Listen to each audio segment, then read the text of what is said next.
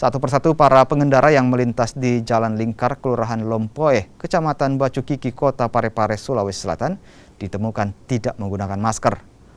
Namun warga yang kedapatan melanggar tidak diberi sanksi, namun hanya diberi teguran dan diberikan masker.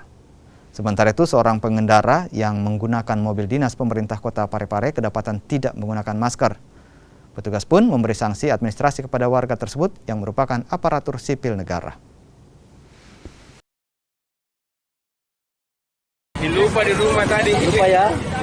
Tapi sering dipakai masker kan? Selalu wajib Pak, kalau di kantor saya pakai.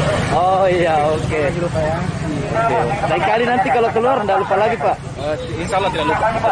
Ini kami dari tim Gakum Kota Parepare melaksanakan prokes ya, patroli prokes, protokol kesehatan, terutama terkait kepatuhan masyarakat dalam menggunakan masker dengan baik dan benar. Ya, kebetulan hari ini masih sangat banyak ditemukan.